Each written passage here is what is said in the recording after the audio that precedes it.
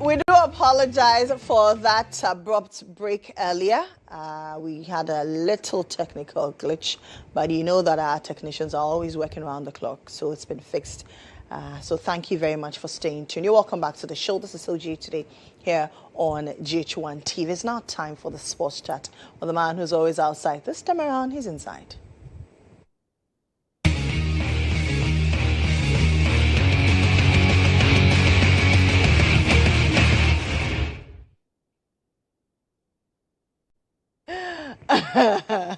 Jesus says yes, nobody can say no. When Jesus says yes, nobody can. Lily, congratulations. Thank you. You know, I decided to hold on to your award so that I'll bring it to you. Then the technical issues and all that happened. But still, Krano, from all of us here, and not saying our boss and everybody they watch, congratulations to you. This is it. Pure gold, Indomie. This one is gold, pure gold. Congratulations to you. Thank you. It says TV Female Newscaster of the Year. He did it. No be your show working. Your show working. Congratulations, Lily. Let me just break protocol. Thank you. I'm breaking protocol. Congratulations to you. Thank you. They see me, or they see me well. Hey, good. Thank you, Jones. Thank you. Okay, so let me place it here so everybody can see. Thank you very much. Thank you to anybody that supports me, all the people who love me. Thank you to everybody who voted for me. Especially my family and my mother. That woman didn't rest. Thank you, mommy. I love you. Jones. Yeah. What's up in sports? Manchester United, we are back. Of course. Okay, we'll talk about United later, but Kodjo out of the FA Cup, they were eliminated. Police! You see, it's raining good news for me. Anyway, but we'll start with women's football, ladies first, obviously. And the Black Princesses were held to a 2-2 draw yesterday at the Accra Sports Stadium. That game ended 2-2. I mean, the Black Princesses started very well. They got some goals, but then South Africa had to come back strongly to end the game 2-2. So a second leg will be happening on the 14th of February. We'll see how it goes. Let's just listen to coach of the side speaking after the game. He says that obviously they lacked attention, they obviously, and it affected their game. What went wrong, difficult to say it, so I can just say that we lost a little bit of concentration when we came back from the recess. And then we were not brave enough when we had ball around our penalty area. And so that game ended yesterday. Exactly at 1 p.m. we'll tell you all about the Black Princesses. But 2-2 it ended. We wish them all the best in the second leg. Talking about another national team, the Ghana futsal team were in Zambia yesterday. The first leg ended, don't forget, ended 6-6.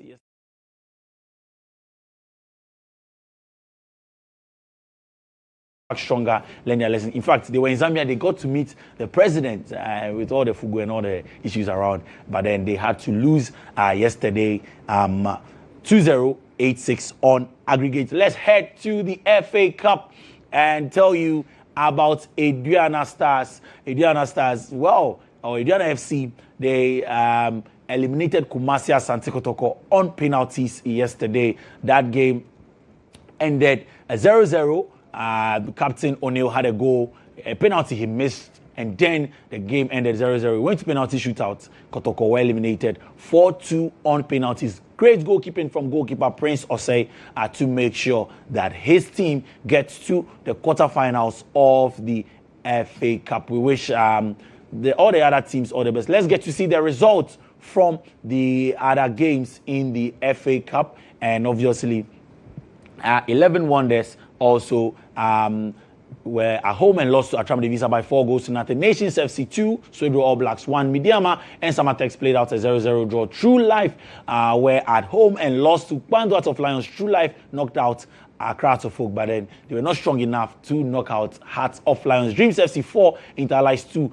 Asante Kotoko and Aduana Stars played out a 0-0 draw, and obviously Diana winning on penalties 4-2. Techiman Liberty Youth 3, Real Tamale United 0, and Brekum Chelsea they beat Tamale City by a goal to nothing. Let's get to the Premier League, the English Premier League. Big games happening over the weekend. Manchester United obviously beating Spurs by 2-0. But before that game, Leeds United beat Nottingham Forest 3-1. Arsenal 3, Sunderland 0. Bournemouth and Aston Villa settled for a 1-1 draw. Burnley were at home and lost West Ham United by 2-0. Fulham also were at home and lost Everton by 2-1. Wolves were at home as well and lost to a Cole Palmer hat-trick for Cole Palmer as they beat Wolves. Chelsea beat Wolves 3-1 at the Molineux.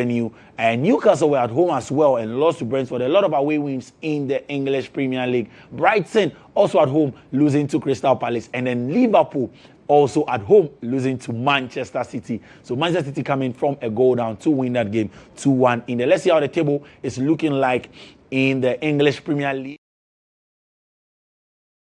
Keeping faith, they have 56 points.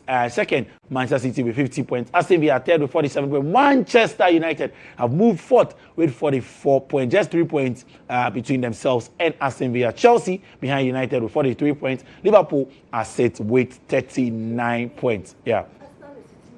Yes, Arsenal are first. Yeah. Hey, just saying. Oh, no. They are doing well. That's why Mr. Jantua says that if they win the league, he will come to the studio naked. Let's see how it goes. Let's end off with the Super Bowl. What a way to end. I mean, it was great. It was great. The Super Bowl was exciting. Highlights of the Super Bowl on your actually dominated the Patriots to win the second their second Super Bowl in there.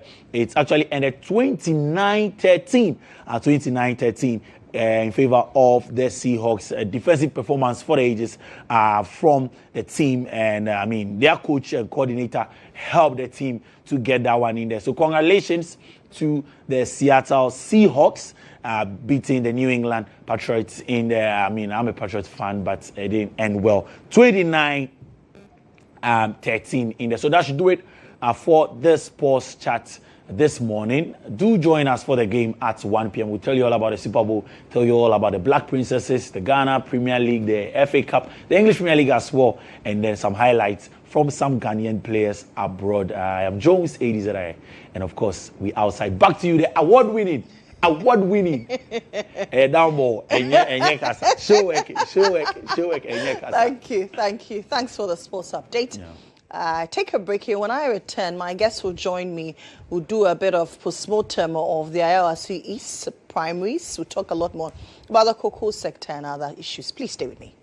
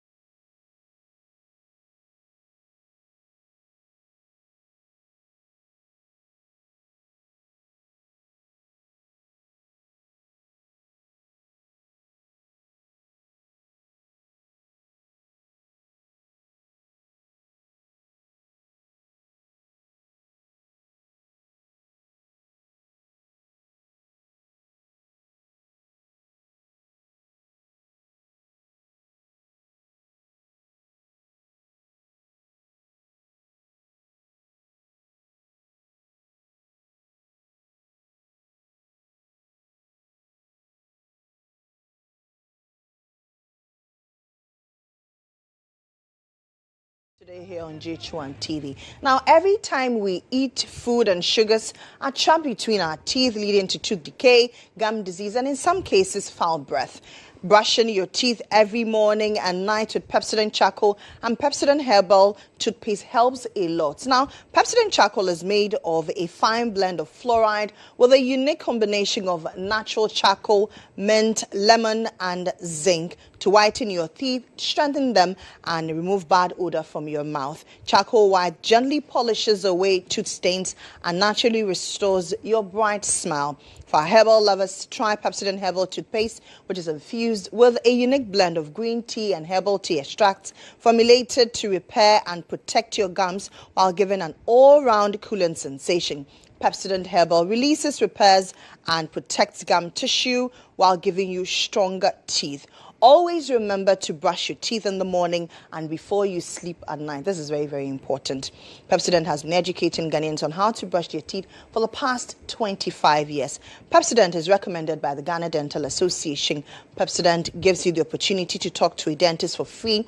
You can do so by dialing the toll-free number 0800-161-000, 0800-161-000. To talk to a dentist for free. You can get Pepsodent, at any shop near you, or you can either call the customer care line on 0800 2030 0800-200030. Pepsodent says every smile matters. We're a few days to St. Valentine's Day. Let me give you some gift ideas. Caveman Erotica.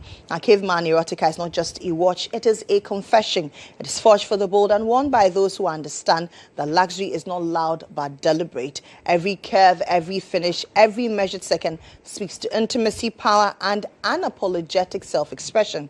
This is time stripped of innocence, time dressed in intention. The Erotica collection blurs the line between precision and passion, crafted with obsessive attention to detail. It reflects a life truly lived, late nights, deep conversations, unspoken glances, and moments that linger longer than the clock allows. Caveman Erotica is for the man who does not chase attention, he commands it. For the woman who understands that elegance can be seductive. For those who know that luxury is not about excess, but about presence. This is time reimagined, this is desire engineered, and this is Caveman Erotica.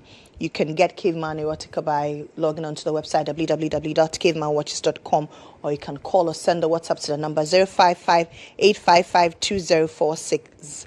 055-855-2046 to purchase yours today. It's now time for the breakfast studio. Guests have joined me this morning. I've been joined by three gallant gentlemen. I'll let you name them shortly.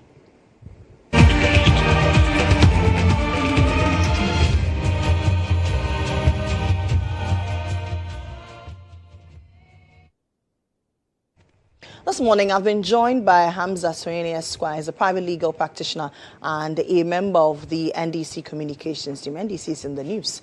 I've also been joined by Paul Nanakwabena Mensah. He is a programs manager for CDD Ghana, and also Kodjo. He's an energy analyst and a member of the NPP communications team. Good morning, gentlemen. Good morning. How are you? Doing? Good morning. I'm awesome. Blue looks good on you. Thank you. and congratulations on your winning of the award. Thank you. What was it about? Ladies, congratulations. Television newscasting. So I won as Television Female Newscaster of the Year. Oh, wow. That's big. Wow. Yes. Congrats. And I listened to your acceptance speech. You never mentioned us. Oh. Who did she mention? She should have. She should have. You never mentioned us. Who did she mention? Okay, so now let me do the acceptance speech again. So thank you to my gallant men who constantly support me, like Paul Nanakwabena Mensah, like Kodjo, and like Hamza Soini, and all the guests who appear on our shows. Thank you very much. Really? Congratulations You just brought again. it out. Because I was keenly following her acceptance speech. That's all really you see. Interesting. You guys make me, so thank you. No, I mean, congrats to that. Because it's Who were other contests in the category? Okay, so UTV, TV3, Joy News. So I was also in there, I think two other. from other. Yes, other okay. media. Yeah, it was a hot contestant with the major television stations in there. So for you to have come up, it means... GHOne is going places. Yes, absolutely. yeah. So. But I think the good thing about GHOne is that your demographics have changed Sure. to a bit of a matured audience, which is good. You know, because I think before it was a bit more of the lower age bracket. The Gen Zs. Now we've hit... Are they Gen Zs? Yes, I mean, they are the millennials as well. Okay, so now we've hit the millennial. We're going up, yes, because I thought then it was more of the millennials, but then I thought you guys were you were catering for that lower age. Okay. But so I realized that every time, the once or twice I came on the show in the years past, the calls I gave me the indication of the viewers, but now it's changed because you guys, I think now is doing well and coming in, bringing your current affairs shows into that demographics that gives you that standard of joy and other stations, and I think that's where it should be. Thank you. You're welcome, gentlemen. Let's talk some politics, intra-party politics, right? And the NDC is in the news. So today, Hamza, I'll start with you. Your party. Why with me? Yes, your party is in the news. Sure. I hold all the head. explanations. Your head. I have some questions for you. You should have given them the opportunity. No, Your I head have did the some chopping questions for you, and I'll ask them some questions. No, but I have that's fine. some specific questions. That's just At what point did your party realize that this is a challenge? That what is a challenge? That voter inducement is a challenge? Because can your MPs hit their chest and say that in their last primaries, none of them, I am asking from the majority caucus, I'll come to the minority caucus, that none of them gave TNT to their delegates? And what does the TNT amount to? You see, good morning to you, Lily, and of course my colleagues in the studio and our cherished viewers out there, as well as your production team. There's always the tendency to overlook them. Yes. Though they do a great job. And Lily, straight to your question, I think that we've all known, we are always, as political players, we've always known that when it comes to voter inducement, it didn't start now. That's true. It is not a peculiar problem of one political party. Indeed, even countries that we seem to be learning from, as far as the democratic transition is concerned, have had challenges with voter inducements in the past. Thankfully, established democracies have found a way around it. And today, the issue is not about voter inducement in the form of buying or giving voters all kinds of favors to induce them to vote in a certain direction. Their major challenge now in established democracies like the United Kingdom and the United States of America has to do with big donors who Those who take fund. charge. Absolutely. So it is the reverse. In the Western world, it is not the politicians giving people money or incentives on the grounds to vote for them. It is the reverse. The private individuals who are well-to-do are those who are influencing political decisions through donor supports to political parties. Unfortunately, we are still at a stage where it is the politician who is at the center of such vote buying or inducements. And so it's not a peculiar problem to Ghana and also to any political party in Ghana. In one way or the other, many of our parliamentarians, our politicians, in one way or the other, have had cause to engage in acts that could perfectly be described as voter inducement. But you see, the problem with it, especially for those of us in the National Democratic Congress, is the fact that we made a promise to the good people of this country. And in opposition, when we had video evidence of NPP functionaries engaging in acts we considered untoward and unacceptable as far as our democratic journey is concerned, we condemned it. And we proceeded to unveil a manifesto that was rooted in a very principled position of resetting not just the economy of our country, but our politics in general. Okay. So what that meant was that even the NDC as a political party must be willing to reset its own internal practices. So the current posture, that is the statement from the party, the statement from the presidency, and that of the majority in parliament, is not in any way a communication to the effect that this has never happened in the NDC. Absolutely not. The NDC is not a party rooted in hypocrisy. That is not these three statements. That is not a comment. That's not a signal these three statements are sending, Lily. The signal these three statements are sending is that this is a new NDC, and in line with the promise we made to the good people of this country to reset. We will do everything within our power to actually remain committed to the promise to reset our politics. So if you approach it from the perspective, but this has happened before in the NDC or in many other political parties, that is not the discourse. The discourse is that the NDC has promised that it will not entertain acts of this nature going forward. So measure us by our current stance as far as voter inducement is concerned. Okay. And when you do that, you would not only appreciate the position of the NDC, you would be more than willing to support the NDC to set standards so that other political parties can follow. Remember, even somewhere 2015, the NDC attempted to deal with the issue of voter inducement. That was why we launched or we introduced what we call the mass registration processes that eventually we used to elect our candidates for the 2016 general election. But when we piloted it for the first time, we realized that on the contrary, it rather even increased the expenditure the more. Because now parliamentary candidates were not just dealing with delegates, they were dealing with women groups, they were dealing with youth groups, and wherever you go, there's an invitation for you to drop something on the table. So as a party that is committed to actually getting out of the way when it comes to voter inducement, we have shown that commitment in the past before by that reform. And when we saw challenges, we reverted and decided to now plant the fight on the basis of principle and exposing those who are engaged in it. And that is the stage we find ourselves. So what I expect today is for our commentators not to be focused on what happened in the past.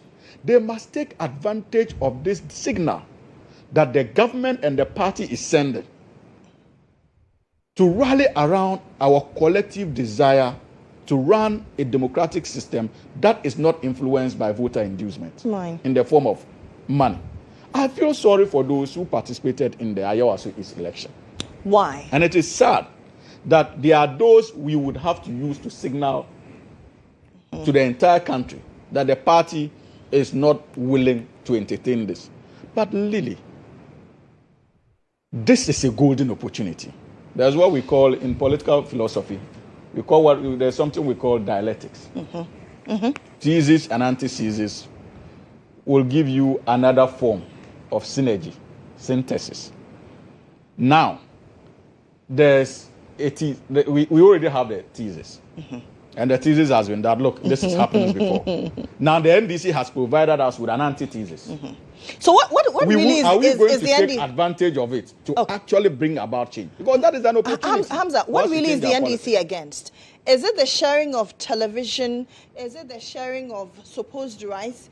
Is it the TNT? What really is the NDC against? I think the NDC has indicated that whichever form of inducement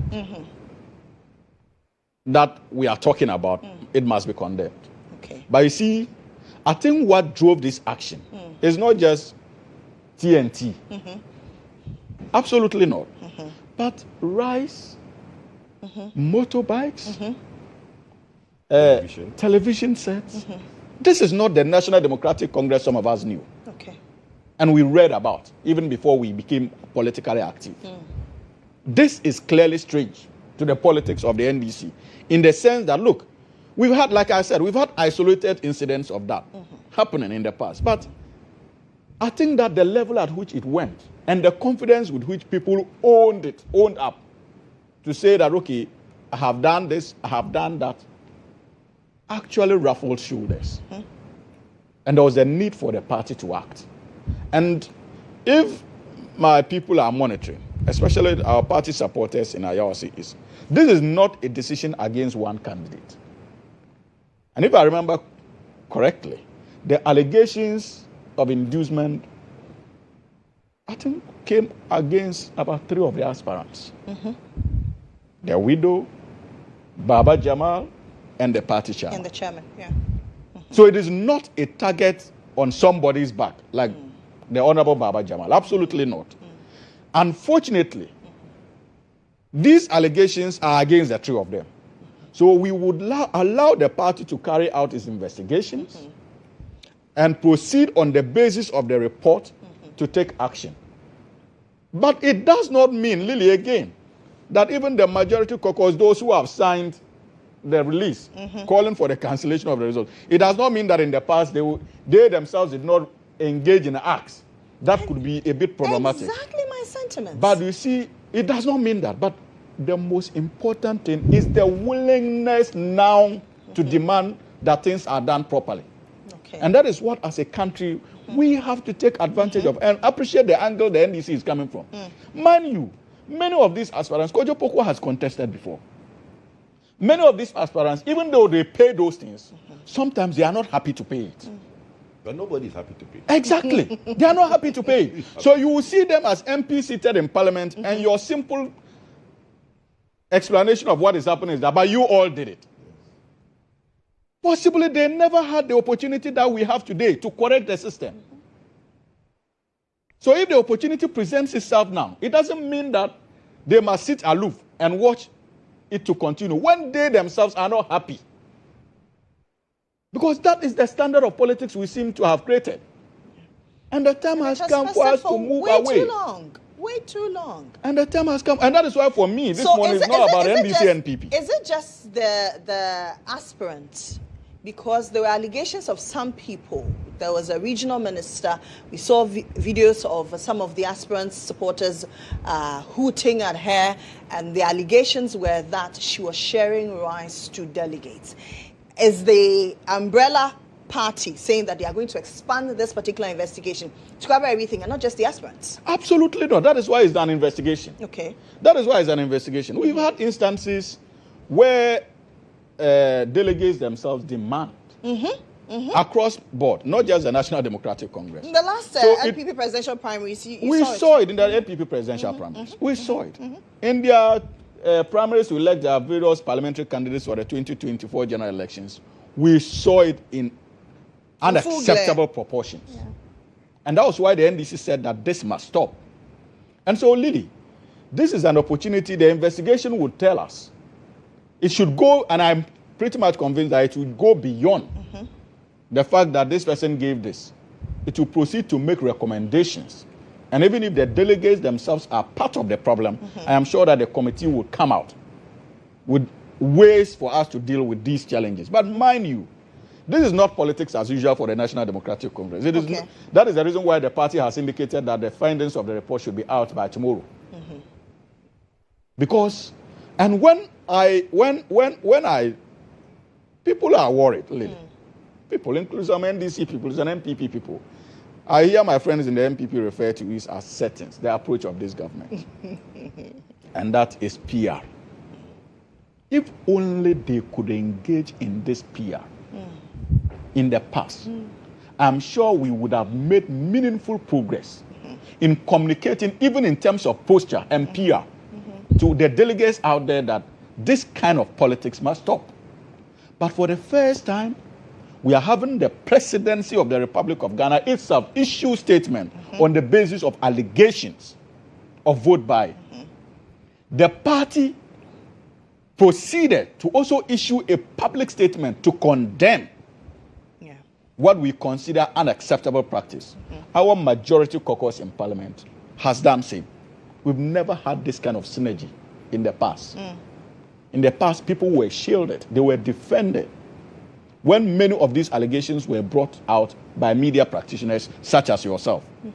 So you should be happy that your years of dedicated service to our democracy and demand that the good things should be done, we should encourage good things and ensure that vote buying is nipped in the bud is beginning to bear some fruit.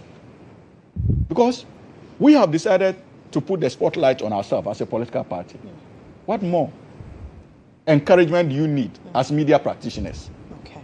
We are willing to be helped by everybody to ensure that we end this canker in our party. And the NDC will ensure that this is not to rubber stamp a certain establishment That is candidate. why I'm saying that it behoves on you to also continue to police us, because we have opened ourselves out willingly, in line with democratic tenets. Well, I'm sure by now everybody knows that I, for one, I will police you. Absolutely.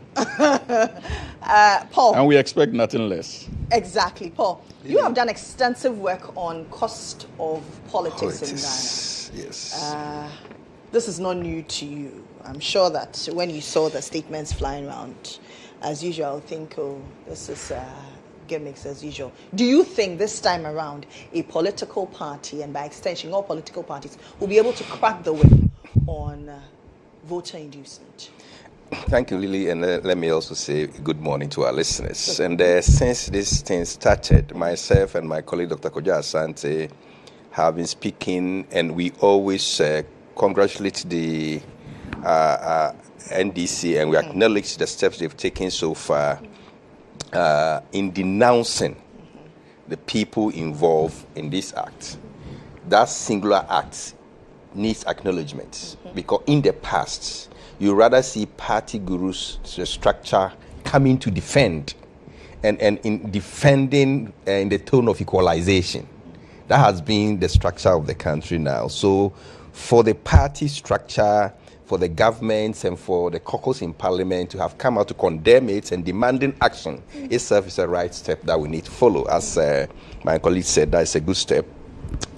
Our problem at Kodjo, it's not the fact that this thing is going on. It's the fact that people don't actually sit down to differentiate what is gift giving and bribery and corruption.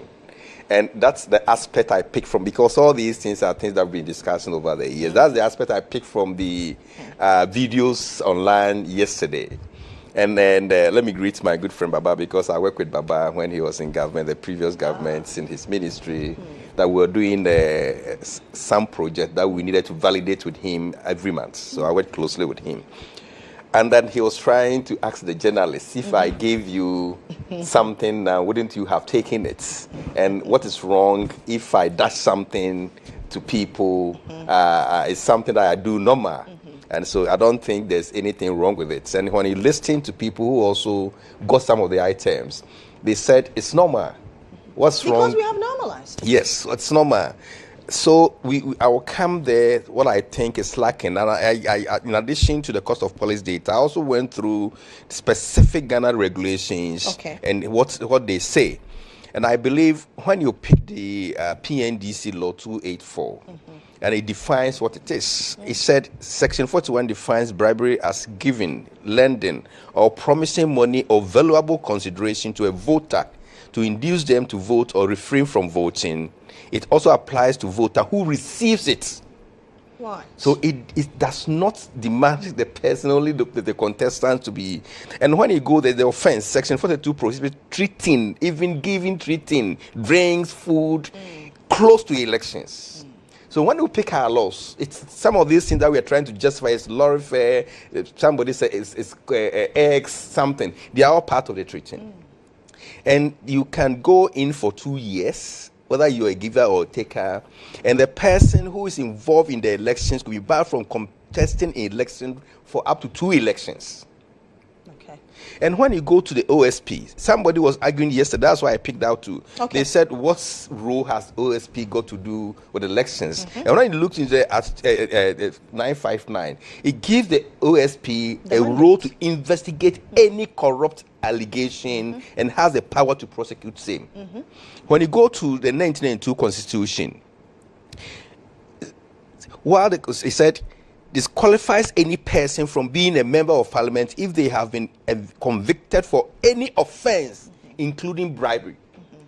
So all these are categories, but my point here is that in addition to, because I know all people contesting in high positions are aware of these laws. What about our people, our followers? Because listening to the way they were explaining it, normalizing the issue, I think they lack a bit of knowledge in what the law says. So we come there, and I think it's high time, the National Commission for Civic Education pick some of these petty things, and they can develop simple manuals, some handy manuals, translate them into local languages and distribute across for people to have appreciation of what the law says. So if I'm giving something and I come to stand on air publicly, justifying that, normalizing it, I have to be conscious of what the law says. So this is what I can say. It's nothing. But when you go to the course of politics, and as my colleague said, the MPs are more worried than you yourself. In fact, when we did the survey, we did not interview, this is not a perception survey, this was a targeted survey. Right. So we interviewed MPs who were still serving as members of parliament and those who had ended their service. They all were concerned as to the intensity and the increasing manner money is becoming part of their services.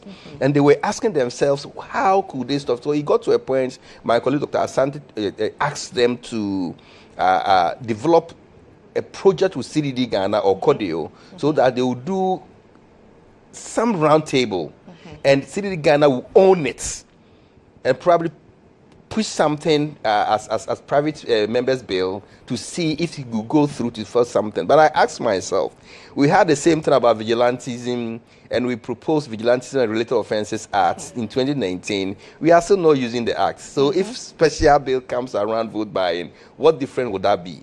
But it's a concern in the country that we should. For you look at the 2012 per the data, the MPs were saying they spent around 124,000 Ghana cedis from the primaries into the general elections contest.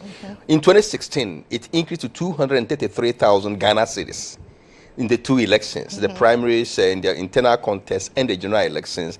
In 2020, when we published the results, it was 389,000 Ghana cedis per MP. That's the estimate of expenditure they make before they sail through the two elections to become members of parliament, or even if they lose. You ask yourself, if that's the level of the increment, how much would that be now? I was listening to one of the constituency executives, and he said, in addition to the television, they gave them 3,000 Ghana cedis each. I tried to find out how many voters in the voters roll in Ayawase East Ogun. It was around 1,300. Yes. Even if the current voter roll, taking out the people who have traveled, the dead from it, and we have 900.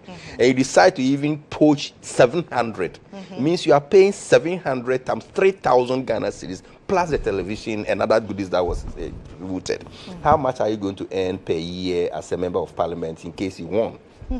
So these are some of the questions that we ask, and that's why people link these things to mismanagement of state resources when you have the opportunity. So it's a canker, it's a concern, and it's not a concern that the MPs are not worried about. They are as much worried as we are. But how do we tackle it? The issue of mutual suspect to the extent that who takes the lead? Even if I'm with you in the same constituency, I decide, my party, as my brother said, the NDC is going to do a resetting. In the general election, we will say the NDC will not pay. Will the MPP say the same thing? Will the CPP say the same thing? So that's where the problem is. So it's something that we need to deal with it and also crack the whip. I'm expecting, my final comment, I'm expecting that side by side, the two actions that have been initiated. The NDC is doing its investigation, expecting results by Tuesday. The OSP has said it's also going to do its investigation. I don't know how it's going because the OSP said the same thing. I think in one of the eastern region when they were doing confirmation of DCs, and a certain DC went back to demand what he paid to the delegates. The OSP took the matter up.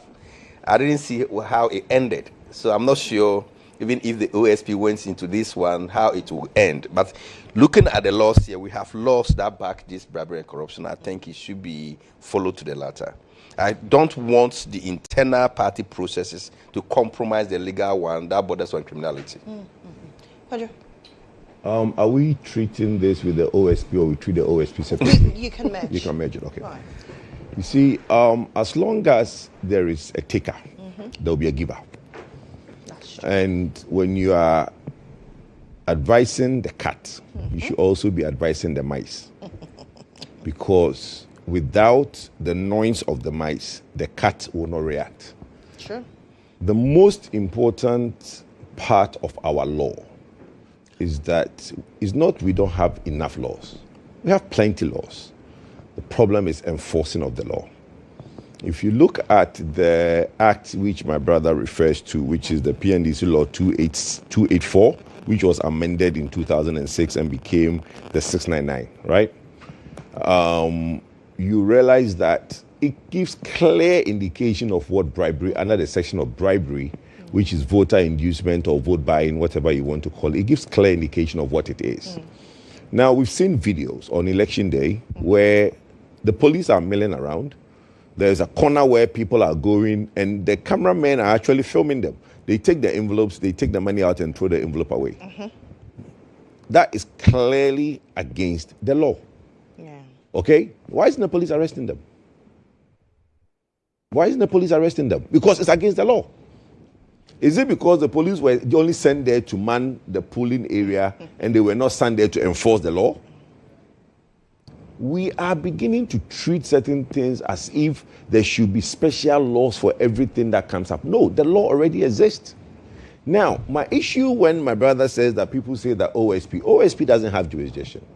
And clearly, you can look at the Section 3. Yes, Section 3 and Section 4 of OSC's Act. They don't have jurisdiction.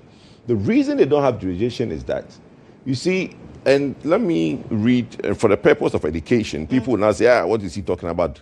Listen, in the construct of English, in these laws, there's always two important things. And my brother Suhini can help me because I'm not a lawyer. He's the Esquire. Yes. There is always comma and end. To end. A-N-D and comma. And or. Those are very important in construct of the act, right? Now, if you look at the Section 3, at every time where it mentions a private sector, there's an end. It says politically exposed person and person in the private sector involved in the commission of the offense. So the OSP Act always take into reconnaissance that before somebody who is what do you call it? A politically exposed person or a government official, for him to do something, he has to do it with a private sector, because the private sector will be the one to induce. So the first part will be to do all the above, which is allege, suspect corruption and corruption-related cases under the Public Procurement Act. That's the first one. The second one is investigate and prosecute allegation of corruption and corruption-related offenses under criminal offenses involving public officers, politically exposed person and persons in the private sector involved in a commission of the act. So in that case, there's the two. It's joined together. Yeah. It's not... Okay. Then the third one, it says investigate and prosecute alleged or suspected corruption, related offenses involving public officials, politically exposed person, and person in the private sector involved in the commission of the offense, right? Yeah. Then it goes on to also talk about when the OSP has to be petitioned before he can investigate certain acts. Now, the bit where I always say that, the bit where there is something to do with the private person, where the OSP is given the mandate to just investigate a private person, is in Section 4 under mandate, right? Where in the 2, it says that subject to Clause 4 of Article 88 of the Constitution, the office shall, purpose of this act, be authorized by the Attorney General to initiate and conduct prosecution of corruption and corruption-related offenses. So when the Attorney General authorizes him to do, then he can do as authorized by the Attorney General. The next one goes to say that Section 2 shall not preclude Parliament in public interest from requesting the office to investigate alleged or suspected causes of corruption or corruption-related offenses involving public officials, politically exposed persons or persons in private sector. So if you look at the construct of the law, the bit where it says that for public interest, Parliament can now authorize him to investigate. They put all. So it now brings in, look, for me, I just think that because it's law, somebody should go and basically seek interpretation at the Supreme Court. Sure. Because I have spoken to a lot of lawyers, and they agree with this position. That when it comes to private, because you see, I'm talking to now end up on the MPP presidential primaries, where he says he's going to investigate. Who are you going to investigate? The police can investigate if the police feels that there's a criminal. Because you see, the act, which is the 699, is a criminal offense. Sure. There is a section of the OSP under Section 3 that allows him, which is the C, that says that he can investigate under any relevant law. So there he can go and say that, look, under any relevant law, the OSP can take charge. That's fine. But it's clearly a criminal offense. So it's the police. The police can investigate if the police feels that there's enough evidence available to them where there's videos of people taking money from envelopes and all that. The police can arrest those people involved and start an investigation. But the OSP, I have a problem. Because I think the law, he is overstretching his mandate, and I think anybody can go to Supreme Court and seek a mandate. Let me come to what my brother talks about, which is we shouldn't politicize this issue, which is a canker in our political dispensation. Look, everybody knows that problem. I've been in the private areas where we are just waiting for a flight, and I was with some parliamentarians, and the very reason why they are saying they will not contest again is how much they have to spend in coming back to Parliament, right? And they think that, look, the work they do in Parliament is not appreciated. The work, how they try to help the community is not appreciated. All the community wants and all delegates wants is to take. And it's a problem. Now, what even basically kills me and is when they are blatantly on video and talking to journalists about who gave and who didn't give and how they are going to look for the other person. It tells you that they don't know that the receiver is also committing a crime. That's where I agree with my brother that the civic education is very important. Yeah. Because if you know that you are blatantly committing an offense, why would you? You will not admit it. You will not admit it in public. And we have videos on TikTok everywhere where individuals who can be named and identified and arrested, are giving themselves away of the crime they've committed. They think that the giver is the one committing a crime. No, the receiver is also committing a crime under the 699. Okay, so the voter education is very important. Even if somebody gives you something on the low, take it on the low and don't come and openly talk about it. There is a bit where during the MPP presidential, somebody said in Sisala East that, they can't find the guy that Brian gave money to, and they are going around to look for the guy because they have already voted, but they need to collect that money from the Brian guy. Clearly, you are giving yourself up. But it happened also in Ododo. Thank you. But this time, the presidency is worried, which is a good thing, because then you realize that the one that all the powers is given to, the executive powers is given to the president. We want to see action. Not only action in the NDC realm, but action in the political landscape. Because the reason some people don't even want to get involved in politics or constituency politics is because of how much money these delegates are demanding. Forget, because like my brother Suhini said, you don't want to give it, but they demand it. There are some constituencies where somebody went, did some, thank you for coming, right? Because you talk, and afterwards you'll be like, okay, Nekwa is saying. Right? We should find a way to let the delegates stop that Nekwa is saying. Right? So this morning, interestingly, when I walked in conversations, then somebody said, okay, so if we don't take and you go and we don't see you again, so now the MPs themselves, the people who are aspiring, go to the grounds and do not tell the people why they are going to Parliament to represent them. Because they, an Honorable H.A. Mensah makes a very interesting point in Parliament during a vetting some time ago. He said that when you go through every constituency, Parliamentarians are promising things that they don't have a mandate to give. Exactly. They don't have a mandate to give jobs. They don't have a mandate to do any... To construct roads, or construct schools. roads. Yes. They don't have any mandate to do that. Your mandate is to go and be a legislator. And make laws. Right. But because the education is such that... And you see, the first thing they do is that they see the guy who was always waiting for either Okada or waiting for Trotro or whatever, all of a sudden now comes in a Land Cruiser. And the thing is that when they even get out, they don't turn off the engine of the Land Cruiser. Right? The engine of the Land Cruiser is on and the windows are sweating. Meanwhile, Honorable is in the meeting. And the people say that, why are you here? So they need to now extract their pound of flesh. It is the aesthetics that we are doing that is giving the people. But I think the basic thing is the education.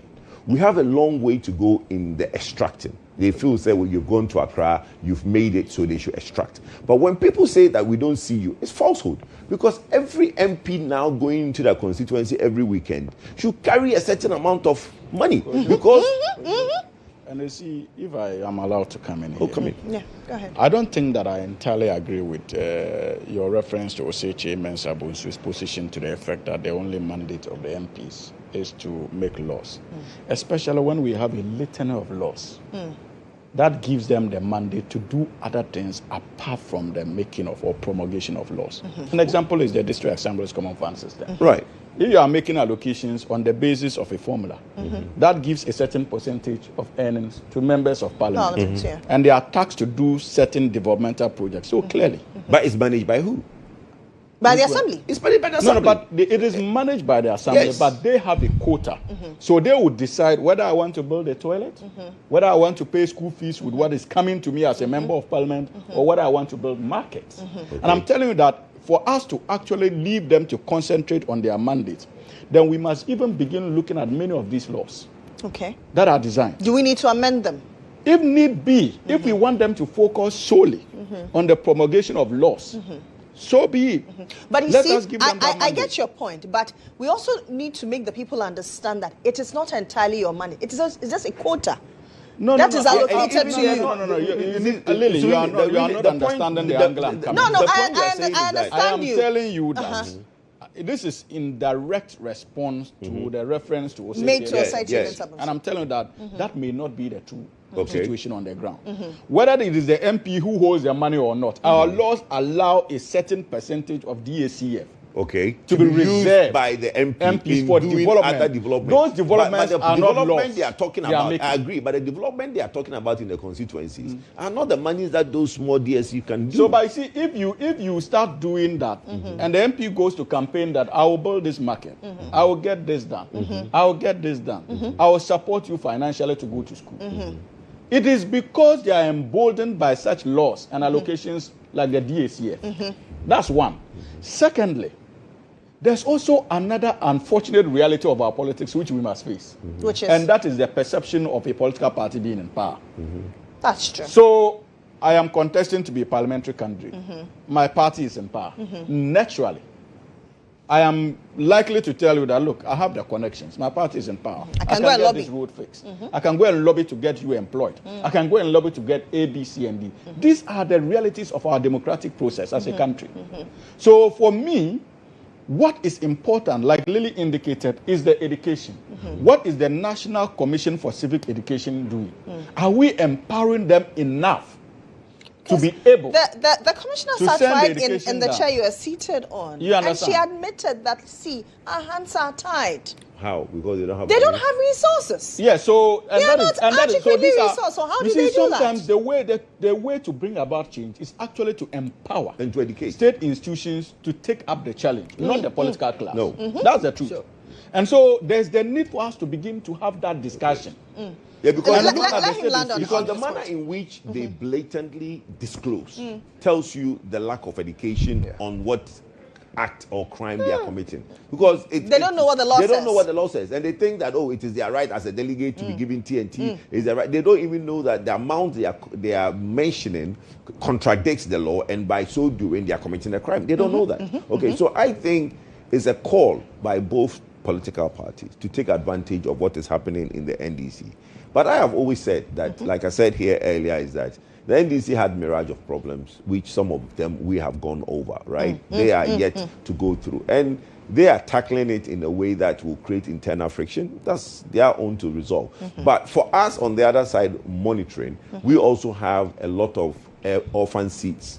In fact, forget orphan seats. From next month, we have the polling station elections coming up. We have coordinator election coming up. And we actually expanded our coordinators to add some positions to the coordinated end. Before there was only a coordinator. Now there are going to be 5 executives at the coordinating end. So we also have elections at the grassroots level coming up. And I'm sure all those people who are involved, there will be some level of inducement here and there. And that is where the party should take a stand to now nip this thing in the bud. Because normally it is the taker who is demanding. Right? Or that kind of thing. So there should be a way to educate. So I think with that we should be. But for me, the bigger part I wanted to look at was this OSP. Because like my brother said, there's been, if you go online and look, there's been several cases that the OSP have said, and he's never concluded. It dies naturally. Because you realize that what is he prosecuting? It's a criminal. He always hit a snag. He always publish it, and there's a snag because you need 2 people, right? But the criminal investigation department of the police can arrest at the scene, because we saw the video of some guy in a corner taking the money from an envelope and throwing the envelope away. Straight away, the police can move in and arrest the person. Where is this money from? Who gave it to you? Arrest the 2 and start an investigation from there. But you, the OSP, what are you coming to do? Who are you going to investigate? With what law? And every time he's going to court and there's egg in his face, he will now come and stand on the podium and complain. You see, Lily, just a quick response. Quick one, then First I can take a break. I agree with you that I have my confidence in the OSP is very low. And I think that it is rooted in the belief that it was unnecessary in the first place, even at the time that the act was promulgated. But now we have it. And our objective is to ensure that we protect it to survive. It is inaccurate to read the OSP Act and conclude that it is not mandated by that Act to investigate issues of this nature. When we talk of a politically exposed person, it does not necessarily apply to only people who are doing active politics. If I'm a civil servant today, private individual running my business, and I decide to go and contest or pick a form from the NPP or NDC to contest for party position. At that material moment, though I am still a private person. No, you're not a politically exposed person. Politically exposed is defined. You are a politically exposed person because your brother is a minister. That's why you're a politically exposed person. But he's a cabinet member of the NDC. No, it doesn't make a politically exposed person. Let me politically exposed is defined. Kodjo is not an argument. No, it is, because the politically exposed is defined. We cannot go and look at what politically exposed is. Lily, I'm just going to use. If I'm a member of MPP and I'm a senior or let's say, are you going to allow me? Okay. No. I want us to correct that. Please. Hold on. I'll allow you coming. Please. You see, this is common sense in the sense that if I, Hamza Sorini, I was not even speaking for party. I am not known to be NDC. But the mere fact that my brother is a sitting member of parliament, it qualifies me as a politically exposed person. That's one. Imagine someone who goes to pick up a form to contest for a political party position. Is that person not a political person? That is the standard definition. No, it's not. Of political exposed I can read it to you. It's not. Politically exposed person. Okay. Let me read it. Read it, and I'll read it. Okay. It says, let me get. Do you have anything, Kodjo? I'm trying to get. No, I'm trying to get. Let me make my point. While he looks for the so that I can take a I'll quick allow break. it. I'll allow it. But Kodjo, No, I just want to prompt him on something. No, you come in. While he's speaking, kindly point out to me if Kodjo has put out any write-up on who a politically exposed person is. Then maybe you can. Okay, so let me now read it. PEPs in government roles. Legislative bodies, example of members of parliament. Executive body, PEP could range from head of state down to the assistant minister. Diplomatic role, ambassador or charge d'affaires would consider PEP. Judiciary bodies, key people working in the Supreme Court, Constitutional Court, and high-level judiciary. State-owned enterprises. A PEP would typically be anyone senior executive upwards. So why am I a PAP? BP because my brother? Yes, because of your brother. Yes. So by your definition, so that tells No, me but that the point is that which of the five people in the MPP they are giving are you, PEP? Oh, come on. Which of the 5 people in the MPP presidential is PEP? It's too simplistic. No, it's too simplistic. You don't understand the law. Okay. You don't understand the law. But simplicity is the Where have you law. read? Where's the source of what you have read? It's right here. What's the source? Where did you read it from? Legacy Nexus. Are you kidding? No, but one point is that it's the law. You see, we saw Okay, that. So is it by on your the EU definition, or what you the EU refer to it directive as says? yes, because of I your have, brother. I have one, the So am I holding classification an under executive EU position? directive. All the Yes, arms go that you ahead. have. So the heads No, of go ahead. states, like you said, heads Yes. of governments, Yes. ministers, deputy ministers, Yes. and secretaries of states, members Yes. of parliament, of similar legislative bodies, members Yes. of the governing bodies of political parties, members of Supreme Courts, constitutional courts, or other high-level judicial bodies whose decisions are not subject to further appeal except under exceptional circumstances. Yes. Members of courts of auditors, of boards of governing bodies, of central banks, Yes. ambassadors charged d'affaires, Yes. and high-ranking officers of the armed forces. Yes. Members of the administrative, management, or supervisory bodies of state-owned Enterprise. enterprises. Thank you. So he made. No, but my point is that which of the 5 MPP presidential candidates fall under this category? My goodness. No, tell me. It says. My goodness. I'm a member of MPP. How do I fall under that Deputy category? directors and members of the I board am, of as a international member of organization. MPP, how do I fall under that category? So you see, it is as a brother of clear- an MP, how do I fall under No, that? a member of a minister. Your As- brother as is a a minister. brother of a minister, Yes, how am I an you executive? you are related to the minister. So Is as that a what your relation, definition you yes, have read the is saying? relations. No, yes. but per your Is that what definition, your that doesn't definition- doesn't is that fall what- under. a Because it says relative- members So of that the is saying governing relative bodies. sense definition of a politically exposed listen, persons. a politically exposed people. You are wrong, my really brother. Don't relates go to there. the Don't relatives, let us the be relatives of the person in the list you are given. Okay. So is it in the definition you have read? Hamza, Is it in the go. definition Hold you have read? hold on for me. Lily. Let me calm down. Lily, When you now calm will you down. be patient for me No, to go ahead. provide No, some go ahead. No, so I will allow you quickly. I need to also go on break. It says, those who are closely linked to a PEP are regarded as beneficial owners, whether through family ties Thank you. or professional associations. Yes. These close associates are often referred to as PEPs by association. Yes. And financial institutions are required to apply enhanced due diligence Thank when you. dealing with them. We This deal with category this in every includes day. family Is the NPP members. not an association? Includes No, but we are family not- members it's not an association. as It's well not- it's well not part as of it. known business No, partners. it's not an No, association. it's not They part may of be it. Is the NDC not an association? No, the NDC, members of your NDC parties are not PEP. It's not, they are not PEPs. Baba Jama is Wait, PEP. wait. The Okay, Oh, so calm let me give you. So Educhum is a PEP. Educhum, yes. Yes, Educhum members is of PEP. parliament. Yes, Educhum is PEP. Brian Champo is No, a he's PEP. not. He's not a PEP. How is he PEP? But Champa was an executive. No, he's not. Currently, he's not a PEP. Educhum is the only PEP in that list. Okay. Yes, Brian that is Champa what. is not in parliament. No, he's not No, in no, parliament. No, he's in parliament. He's Yes. still in parliament, Okay, of so course. Brian. Okay, so Lily. Brian. So okay, Brian and Educhum, yes. So Brian and Educhum Lily. are the two PEPs. Lily. The rest are not. Lily, How? can I- Because what is their role in what you read? It is, you see, when people say that this thing is simplistic, the law is simplistic. Lily, are you can't going to make allow it me up. to talk, or you are going Oh, to allow him? no. I will allow you. First of all, if you are exposed to what we call politically exposed persons, they are in categories. Those holding executive positions are there. Those associating publicly with political organizations is an association, and they are PEPs. No, That's I disagree. one. No, that's Two, not true. The office of the special prosecutor is mandated, whether you are a politically exposed person or not. The office of the special prosecutor is mandated to investigate you if it has cause to believe that you are engaged in corrupt acts. Unless he's petitioned. But that is what I'm saying. Yeah, but unless he's petitioned, but there are places where on his own he can investigate. Just sat in this table. Oh, but You this- just the- sat in but- this but table the and section massacred three- the law. but I'm the section correcting 3 you. is there. And you made references to me, so be quiet. When you were speaking and your law was wrong, I listened. How's my law Because wrong? I was waiting. No, how's my law wrong? You indicated that the OSP has no mandate to Yes, investigate but private persons. yes, he doesn't. He doesn't have No, he mandate to doesn't investigate unless private. petition. That is a lie. So That is show not me the in law. his act. Show And me I where. have shown you. No, The very section- show me the sections very of the section act. 3 you Section have 3. read. Read to me. I'm going to give you the Okay. very section 3 you have read. Go ahead. So that you know that you have lied. No, that's fine. Go Section ahead. 3. Uh-huh. To achieve the object, the office shall investigate and prosecute cases of alleged or suspected corruption and corruption-related offences under the Public Procurement Act. That's one. B.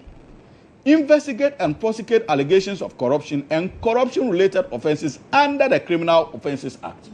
Under the Criminal Offences Act, whether you are a public... No, read it entirety. Don't read it. You're a lawyer. Oh, don't do that. Don't read it entirety. Read the entirety of the act. Please. No, but don't as a lawyer, don't read a law please. in separation. Kodjo, Read please, it in entirety. allow him, please. Am I ready? Yes. So under the Criminal Offences Act, whether you are a politically exposed person or a private individual, No, that law that's not what it applies to you. says. That's Please, not what please, it says. please hold on. Read it Why is entirety. this No, gentleman because you are doing picking and this? choosing. You don't know this, and I'm trying to... No, Lily. please, No, please don't go please, there. I don't know please, anything. Please. You don't know. Kodjo, hold on. Please. Hamza, please read it. Read the entirety.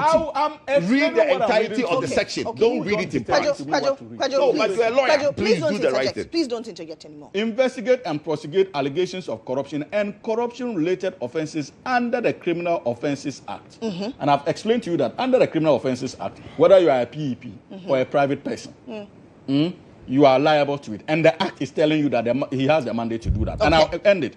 Involving public officers, politically exposed persons, and persons in the private sector. And It is not persons all. in the private sector involved in the commission of the offense. In the commission, at the commission. So, involved in the commission of the offense. So how are private in the people commission of the offense, what does that mean? What does commission of the offense mean? Hold on. Please. What does the commission of the offense mean? Kodjo, let him land. No, Kodjo, let him land. As a lawyer, you have to go to court and get interpretation. Kodjo, let him The land so that OSP he cannot. does not have the mandate. I need to go for a break. Let Please him do. land. You come in, It's then I better. can go on my break. Give his own opinion. Yes. But you are all sharing your own opinions. No, I'm sharing the law. He's reading it in part and trying to dissertate it. Lily, I'm trained to interpret. And We are all understand trained to things like interpret that. You English. don't have that No, training. we are all You're trained to the interpret greatest English. Please, Please, let's move And on. I am Lily, telling you, but Hamza. can we forgo this interpretation and go Uh, ahead? Exactly. Yes, Lily. So, first of all, it is erroneous to conclude that the OSP doesn't have the mandate to investigate private persons when they are found to have committed an offense. That's one. Secondly, it is an erroneous impression to create that they don't have the powers of arrest. Under the same OSP Act, they are given the same powers of arrest given to the police under our Criminal Offences Act. So indeed, the OSP can actually exercise that power of arrest under Section 10 of the Criminal Procedure Act. That is a fact. And so we may have our differences when it comes to the OSP. Personally, there are so many of these cases that are referred to the OSP, and they have failed to perform. I have measured confidence in this current OSP. Measured in the sense that I was part of those calling for the removal of the current OSP until His Excellency President Mohammed intervened. And we all have to respect the intervention of His Excellency President Mohammed. Look, even in the LGC by-election, references were made to the OSP. What has become of those references that were made? And I think that is the reason why the presidency itself and the party decided not to be directing the OSP to intervene when we all have our internal mechanisms of ensuring that we get to the bottom of the Ayawaso East allegations of bribery as far as the primaries are concerned. And so let us know that unlike what we experienced in the past, Lily, this is a party and a government that has signaled its readiness to put an end to the issue of influencing delegates when it comes to our internal elections. We can only hope and pray that instead of being condemned or being accused of engaging in settings, a political party like the New Patriotic Party, which is the second largest political party in this country, would see the need to continue to encourage the National Democratic Congress and learn from this example so that in the future, even in their own internal primaries, they would apply these strict measures intended to nip vote buying in the bud. Until that is done, we must discourage the position many of them have taken by mocking the National Democratic Congress's intervention and describing it as settings. If as an alternative possible government in the future, you do not see this as an opportunity for us to inject change, and you see it as settings, then clearly this is a party that is unwilling to even confront that canker in their own party. That is why when we are doing it, they see it as settings and they see it for PR, as PR. If indeed the MPP is committed to also changing its ways, they would cease advantage of this opportunity that the IRC East has presented and join forces with the National Democratic Congress and civil society organizations like Kodjo and CDD to at least confront this issue head on. Why? That is what we expect. That is what a responsible political party ought to do at this critical moment. It is not just about politics as usual. It is about taking advantage of the situation to inject change. And the National Democratic Congress is more than ready. After all, we attempted resolving it with our expanded delegate system. We had challenges. They have never. And any time that these issues came up, They've done it. They've tried. Yeah. they've tried with their primaries, Yes, in the, MPs. What the trade fair expansion? No, trade fair was for the flag bearer. No, they also did expansion of Yes. the voters. Also, they voted in an expanded form in the Yes. primaries. Yes. Yes, so Absolutely. they tried that to expand They- their voting. they- What you mean is not true. They expanded. We've amended our constitution. They And expanded. I represented Kodjo. What do you mean is They not true? expanded. No, this was But last why year. are you saying it's This not was true? last year. No, which year? Which year? You remember the year when ICQ was going to trade fair? He Oh, has you mean the trade So fair all party declaration? members Yes. at the constituencies. not all party members. Yes, that's But the point I'm making. But for the but NDC, it was everybody. That's the point I'm making. I'm trying to tell you, they also made an attempt to expand it. Yes, Expand the college. we've so done the that, expansion. No, as for Even- that even kind of in the expansion, last all one, political they parties do it expanded from time it to time. more. Yeah. Yes, No, even in the last one, they expanded it No, more. as for that kind of expansion, we all do. I'm talking about mass registration. Wholesale. No. Okay. Wholesale. Wholesale, they have done it. Okay, Yeah. okay. But as for And we're you had looking a at this- blowback and you had to rescind. No, it's not working. The Because- MPP expansion, the mass registration, not working. As I said, you end up paying spending more, actually more. So, It's not and that's why we at all. came back. But So- the point, what's the name? Objective should not be lost. Sure. Is to ensure that we find a way of conducting our elections in an Devoid environment of- that is devoid of monetary politics. And we have taken the lead based on the mass reform and now this current position by the government, the party, and the majority in parliament. Let other political parties join. Let them come out and support us. Let them be part of this process of change so that together we can build a working democracy that would be rooted on in the principles of what? Fairness and justice. accountability. And not simply because of how deep your pocket is. Well, Let that's me fine. allow you I that, just then I think can that, talk. look, like I said, you know, when I made my submission, I said that some legal brains should take that thing to the Supreme Court to get Let's interpretation. test the law. Because to test the law, exactly. Because I have seen lawyers make all sort of arguments, thinking they are right, only go to court and judges throw their case out, right? So one person making a thinking, and that's why there's a court of law where two parties will battle it out and the judge will rule, and it goes to Supreme Court, and Supreme Court will now make a decision. So yes, my brother Suhini. Cases when you take it to court, they'll throw it in your Well, that's fine. But my brother, Why would you come here? my brother Suhini has a different way of looking at it. I'm not a lawyer, but before, from last night till now, when I saw that thing, I spoke to a few lawyers, and they also look at it and share the same opinion that look, this thing is problematic because the OSP is overreaching, and most cases that he has come up with in the public, he has not concluded them, mainly because that's my he problem is with the not OSP. able. He's not backed by the law, and he doesn't have the way endowed to do it. That's one part of it. But I think the call for the takers to be educated so they stop asking. And even when something is given to them, they blatantly come on air to talk about it. I think that education should be there so that it really brings some sanity into our political space. If not, it becomes a problem. All right, let me take a break. When I come back, we'll talk about the issues surrounding the cocoa sector. Some say the cocoa sector is on the verge of collapse. We'll delve into it. Stay with us.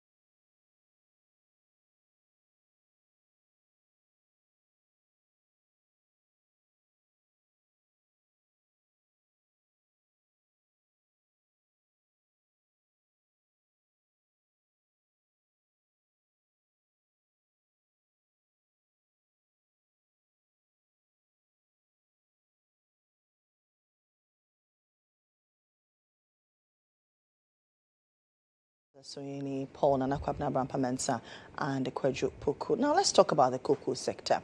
There have been concerns that the cocoa sector is on the verge of collapse, like I mentioned earlier. Is that a reality on ground? Cocoa Board has assured that the cocoa marketing companies will be paid, hence the farmers will be paid. Farmers are up in arms that they've not been paid for about 4 months, and some have threatened to sell off their farmlands to illegal miners. How do we resolve it? Where did we come from? And what's the way forward? Hamza, let me start from... Oh, no, I started the first one from you, so let me start with Kodjo. Look, the cocoa sector is always a challenge. It's been, I mean, as far back as Honorable Isaac says, time when I was following the cocoa sector. It has always been indebted. It has always had its challenges. It has always had that bit where we feel that we have a good commodity, but we are always selling it, and at the end of the day, there are losses being made by Cocoa Board. The issue of syndication, whereby we sort of, before the cocoa season starts, we hedge a price, basically take a loan against it, and basically when we sell the cocoa at that price, we pay back the syndication loan. And every point in time, you realize that we are not getting good prices, because when you now hedge it ahead, and within that cocoa season, prices go up, the buyer obviously benefits, right? And the thought was that, why are we doing that? And one thing everybody should know is that cocoa per ton in the world market in the last 15 years has been between $2,000 and $3,000. Last 15 years. It was only in 2024 that, for the projected shortage of cocoa, because you know the Akate really affected our farms, and we had to cut a huge part of our farms, and as a result, the projection of how much cocoa Ghana can put in the market was forecast to be low. So it really shot the cocoa price up in 2004, and I think it got even up to $12,000 per ton. But if you look at the graph, the plotting, you realize that that spike was an anomaly. It wasn't unusual. It wasn't something that was here to stay. And the minute it got to the 12,000, it came down to 10, and in that time, by 2025, it was at 7,000, and it started coming down.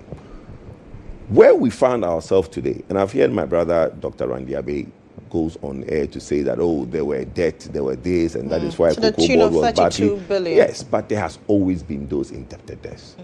And if it was that bad, he came in, he had contracts, he had money to execute his first season. It wasn't like he came in and he didn't have money, right? He went through the 2024, 2020, the 2025, 2026 season, because he came in the middle of the 2024. No, he came, the seasons are always 2024, 2025. Then 2025, 2026. So he came in the middle of the 2024, 2025 season, because 2024, 2025 starts in September. So he came in, let's say, February. By the time he took office, we were almost at the tail end of the 2024-2025 season. But there was contracts in place for him to sell the cocoa, and he had money to pay the cocoa farmers. Now, what should have happened, right, was to now look at that projection of the world market price and see the trend of it coming down. So yes, though the NDC have done the politics of, oh, the MPP is selling it for high price and keeping the money, when we come, we'll give you 2/3 and we'll keep 1/3.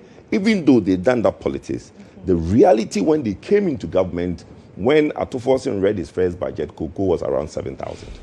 He should have noticed that it is on the decline. So they should have now done the analytic calculation and not give the $5,040 per ton for the 2025-2026 season.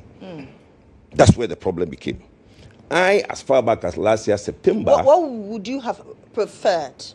Because it is a blip on the world market. So what you do is that you stick to the normality, not the abnormality. Because when you project, you realize that cocoa is normally between $2,000, $3,000. And that is how much we were paying the cocoa farmer. It only went up to $4,000 per metric ton in 2024 because the price were high. But even that, we knew that the dollar to the cedi at that time was about 14.3, right? So in relative, there was a bit more money to basically run the operations. Two things happened in 2025.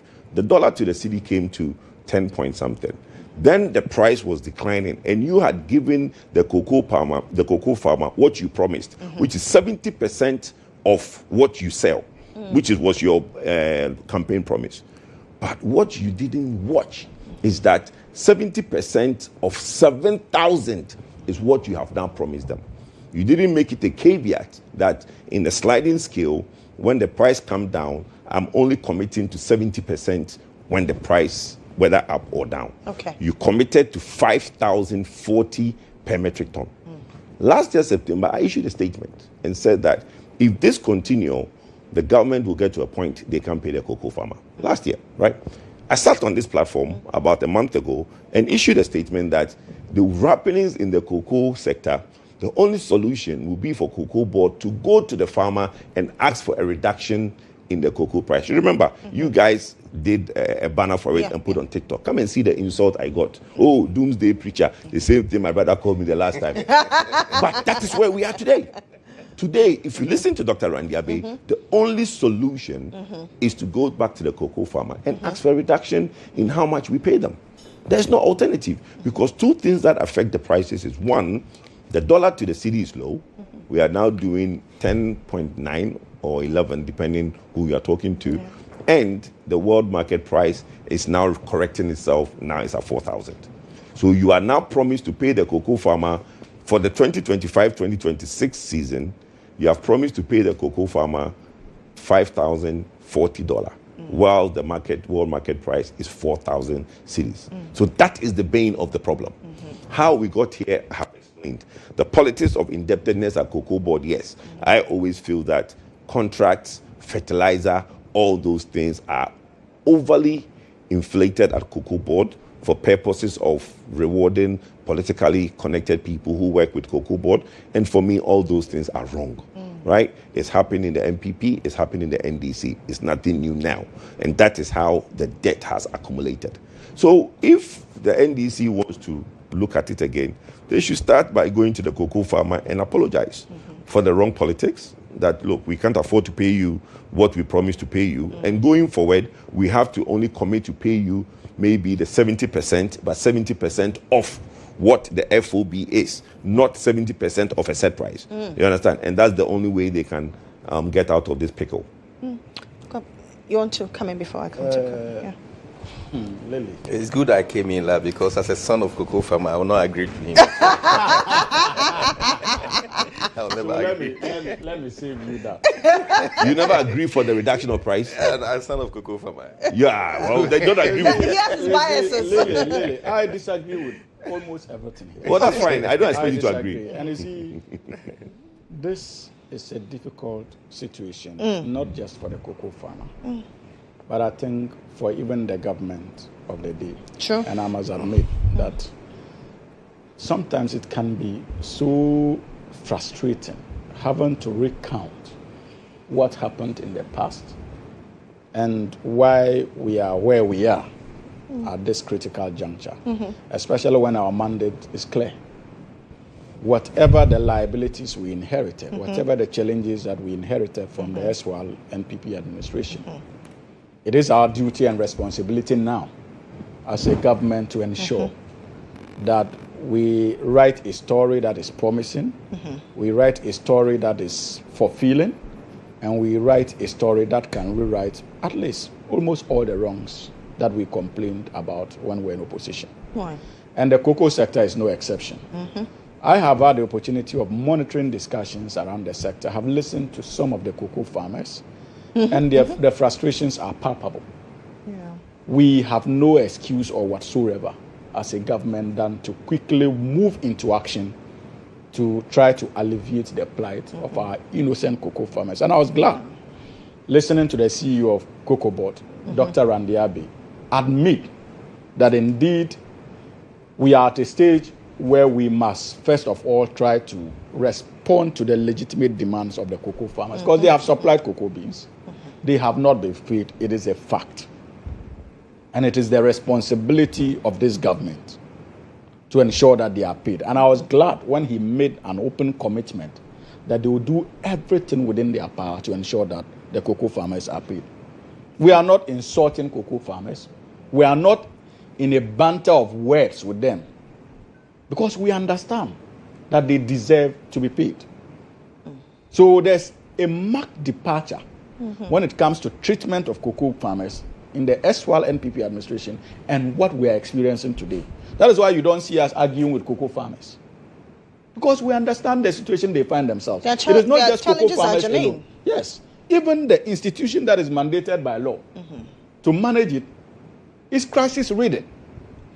And that is why, Lily, it is important for Kodjo Poku to understand where we are coming from.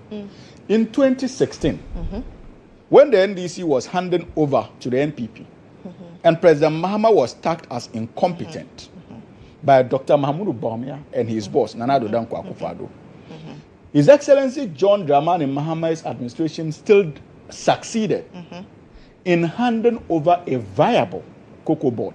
With and the if you look at $10 billion indebtedness. Please. And if you look at the 2016 audited report of Cocoa Board, it is clear that even amidst the debt that Cocoa Board was owing, if you had taken Cocoa Board's revenue and projected revenues for that period, Cocoa Board had a positive equity of about 1.8 billion Ghana cedis. It simply meant that if Cocoa Board was able to recover all its money and pay even the 10 billion that he's making references to, Cocoa Board still had in excess of 1.8 billion Ghana cedis to operate. That was progress. Okay. In 2024, fast forward, we have been handed over a Cocoa Board that is in negative equity to the tune of about 38 billion. What that means is that Cocoa Board is unable to pay its debt to the extent that we owe in excess of 38 billion Ghana cedis.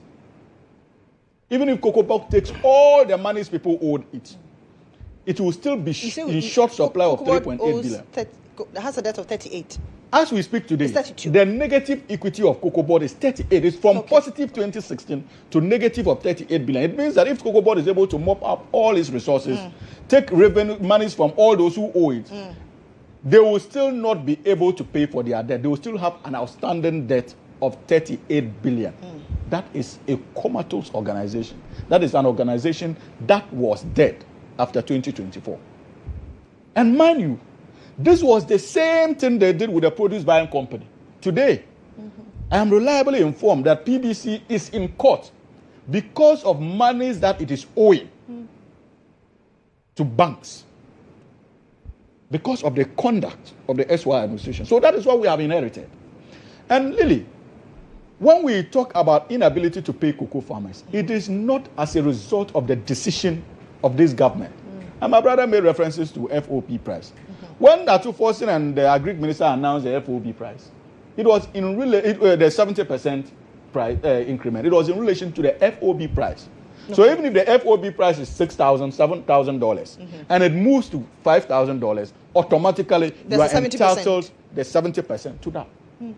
So I was struggling to understand where my brother was coming from when he said that they announced it and it was pegged to this thing. They should have told the people that it's a sliding scale. For the season, it was 5,040 per ton. That was the announcement. They never said 70% of FOB. Listen, I can read that. I can read the letter. Yes, you can. They announced 70% of FOB price and proceeded to say that at this season, this is the amount it is selling. So the 70% gives you this. No, but the amount the cocoa farmer was expecting was not the 70% of FOB. Was 5,040 per ton. This government, even in the midst of our challenges, I can assure you that we will not be engaged in ways intending to undercut the cocoa farmer.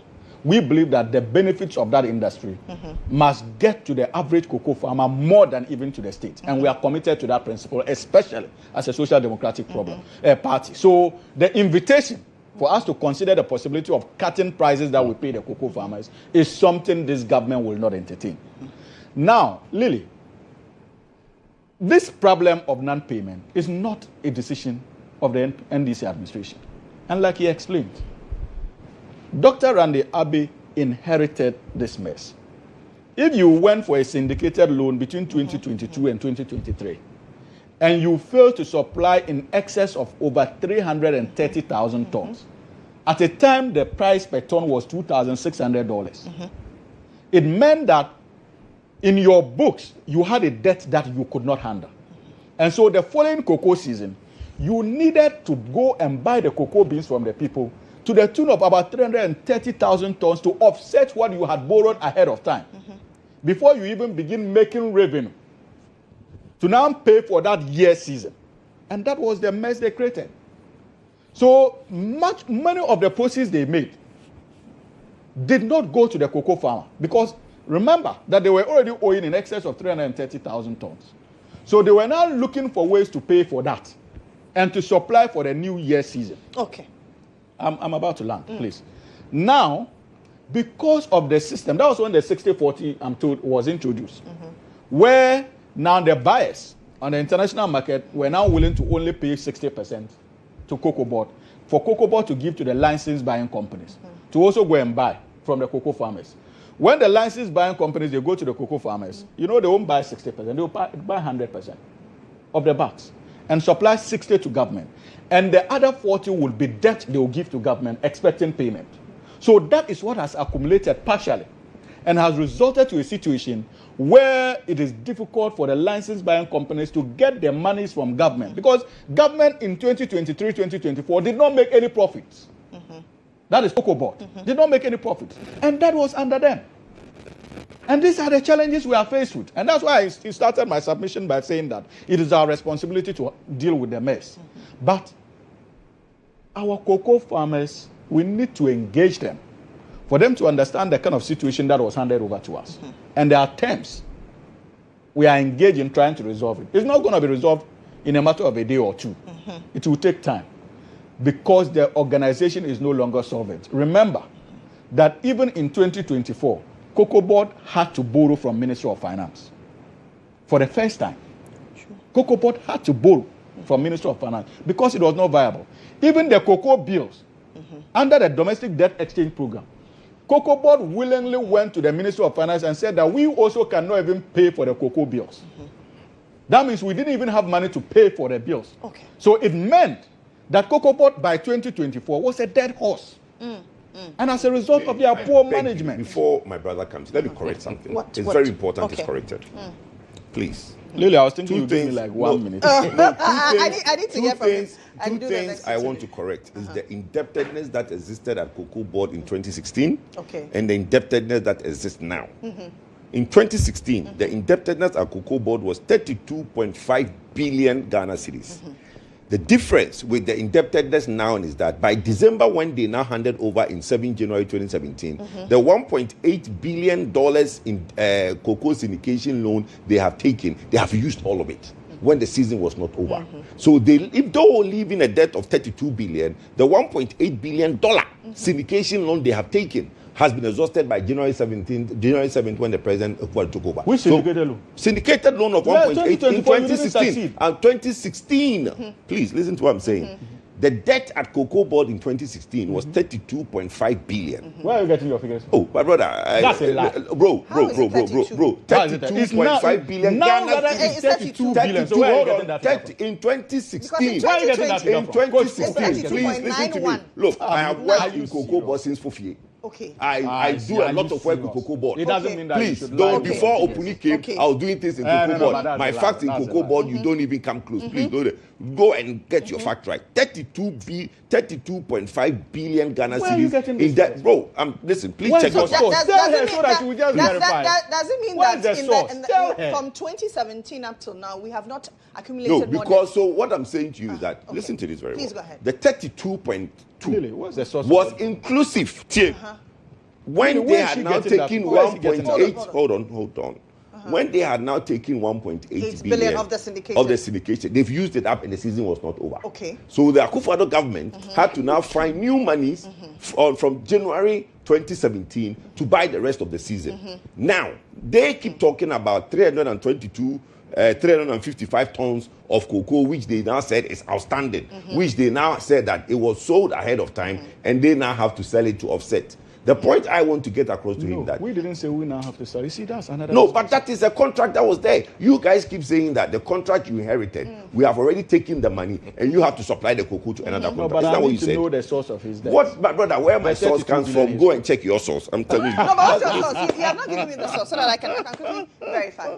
My source. We all Yeah, need to you verify. said Maybe we that could be 32, wrong I on want to this verify. platform. Maybe your figures are right. So Well, we just need to let verify. me We need to Because verify. that's as we go through the remember program, very well let me that- check for my guy if I can give him if I can okay, give but him source. I want You to, want to check say, whether you can give the No, source. if I can basically say that he gave me the okay, figures. because I remember very well that But I have Joseph to protect my Edu source. mentioned this, Sorry? and it was in the dailies. Joseph what I'm Edu saying- mentioned this specifically, the 32 billion you have Yes, but mentioned. Kofi, he was saying the debt he inherited. Yes, that's what I'm saying. That Yes, he but- stated this and it was in the dailies. Yes. So I am saying that is what I know. Those, which is the 2016. So if That's you what- know, that's why what are you I'm asking me my no, source? No, but you said that you have your source. That's what I'm asking. No, but I'm saying that you can verify it by you saying that No, but Edu when I have asked you, mentioned you it. said you didn't I want have to. to Yeah, you confirm. know that 2016, 32 billion was. Yes, Yes, that's what Joseph Edu have said it. Yes. said. Joseph Edu. Yes, the CEO. There is Yeah, the the former audited CEO. accounts are there. No, former it is If you no, go online, then you can pull the auditor please. to 2016. What I'm saying to you is that I need to confirm with the Go person online. who gave me the figure if I can mention his name on air. Okay, so the person is at Cocoa Board. Is that it? Yes. Okay, so this is coming from Cocoa Board. Yes. Okay, Somebody That cannot be coming from Cocoa. Somebody will I know verify at from Cocoa Board gave me Okay. that figure that the Okay. debt at the time, and you are collaborating that Edu have said it. That is 32.5 billion. And this was in the daily. Thank you. So it's a That is confirmed not number. true. It's That not. is It's not. That's not true. Okay, Oh, okay. my Let brother. me Please let me hear from him so I can close. We need to do more interviews. I thought that you've closed already. I need to hear your bites on No, this. so as for the background I'm coming from, the problems at cocoa board and the cocoa farmers relation, the non-payment is just a gist of it. Just this year, I think 25th or so, the Cocoa Farmers Association issued a statement and they're warning the government of nationwide strike if certain welfare facilities are not put in place for cocoa farmers. As I said, my dad was a big-time cocoa farmer. He owned so many cocoa farms. I never ever benefited from the cocoa board scholarship in my lifetime. But I was in school in Accra Academy with colleagues whose parents did not have any cocoa farm, but they had a scholarship. So the cocoa farmer has been shortchanged for a long time. I think their demand is worthwhile. The key point I want to put across is how do we come out of this perpetual indebtedness that seems to be collapsing the cocoa industry. Because don't also forget, the yield is not also promised as because of the invasion of cocoa lands by the Galamsey menace, the destruction of the lands and many other things. So And we then may the be suffering from pests dwindling also issues. yields for years to come. In face of all these difficulties, how do we pledge ourselves in such a way that we don't collapse the industry completely? So that's the point. But of course, the demands must be met. And I listened to the town hall forum organized in one of the districts, and I heard 81-year cocoa farmer who was lamenting the fact that the grandchildren have come home demanding Yes, I saw that video as well. and that realm, people were also demanding that they can't even have money to feed themselves and their laborers. So I think it's in order that Dr. Abe, Randy Abe has promised to make good the payments. I worked in a rural bank before as a national service person, and in that era we had what we call a cocoa check. So the farmer sells the cocoa beans to the buyer and issued a cocoa check that he goes to the bank to collect his revenue. It was a period that the banks were supporting the payments, and we never heard anything of that sort. Is there a model that we can bring back some of these policies so that the banking sector can also support the cocoa buying companies to quickly make available funds for them in terms of some of these difficulties? I think we can play along some of these old strategies that we use to salvage the cocoa industry to see if they are still viable and if they can help alleviate the struggles the cocoa board is going through. That would be my submission. But I don't agree to any suggestion that will go and say that let's go and renegotiate for a reduction of the price of cocoa as have been set now. I mean, for International Labour Organization lost itself, we may be just changing the service provider. So that would be my submission for now. Let me now. Suhini said we should pull up the audited accounts. So let's look at the audited accounts. But I have to go. Accounts. I'm out of time.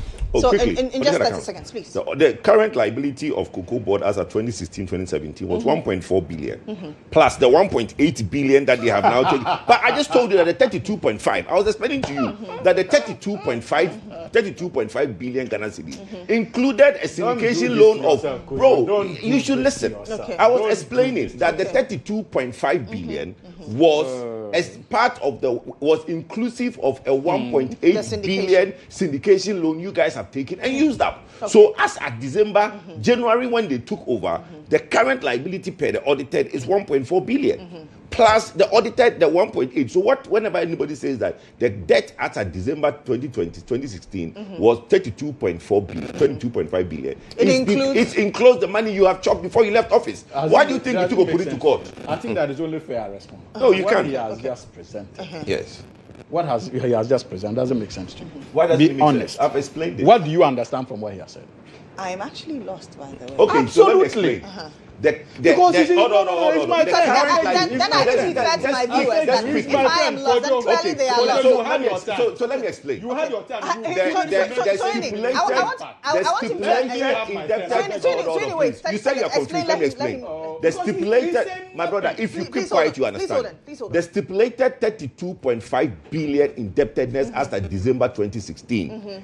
It's made up of two parts. What does it say? The audited accounts says that the current liability is 1.4 billion. So that's the debt? No, it's not. Plus, at the time, if you have taken a syndication loan, hold on. The report says my brother. Please hold on. But that's what the report says, plus. No, what? Listen. Or you are in fair. But you've heard the 32.5 billion indebtedness that ADU has said. Yes, my source have confirmed. And you are saying that where does it coming from? And I'm telling you where it's coming from. 1.4 billion. Hold on. 1.4 billion of the current liability plus a 1.8 billion Is that what syndication. the audited report says? But that's what you are quoting from. No, I want to understand so that my viewers. So I'm trying to explain. You're not trying. No, that's what I'm asking. There was an indebtedness of 32.5 billion as at December 2016. It's made up of two parts. One, a syndication loan of 1.8 billion that has been used before the season ends, and the current liability. You understand or you don't understand? That's what the report says. Yes, that is not true. Okay. Anyway, first of all, it is inaccurate. Okay, we have to go. The report states 1.8 billion as liability. And the liability is 1.4. 1.4. Yeah. And I indicated to you that if you had taken all the liabilities of Cocoa Board in 2016, including any so-called syndicated loan, we had a positive equity of 1.8 billion on the books of Cocoa Board. Okay. And I'm telling you now, it's 2024. If you had taken all the liabilities, including revenues, Cocoa Board had a negative equity in excess of 38 billion Ghana cedis. That tells you that in 2016, Cocoa Board was handed over to Nanado and Dr. Mahmoud Baume as a viable state institution with a positive equity of 1.8 billion. In 2024, a negative equity of 38 billion was handed over to us. All right, gentlemen, thank you. I'm out of time. So that's Hamza Soyini Esquire. He's a private legal practitioner, a member of the NDC communications team. I'm out of time, unfortunately. That's Kodjo Poku. He's an energy analyst, a member of the NPP communications team. And Paul Nanakwabna Brown Mensah. He is a senior manager, a senior programs manager for CDD. My name is Lily Mohammed. I am back after this break. Joshua Kodjo Mensah will talk with us some health. Please stay with us.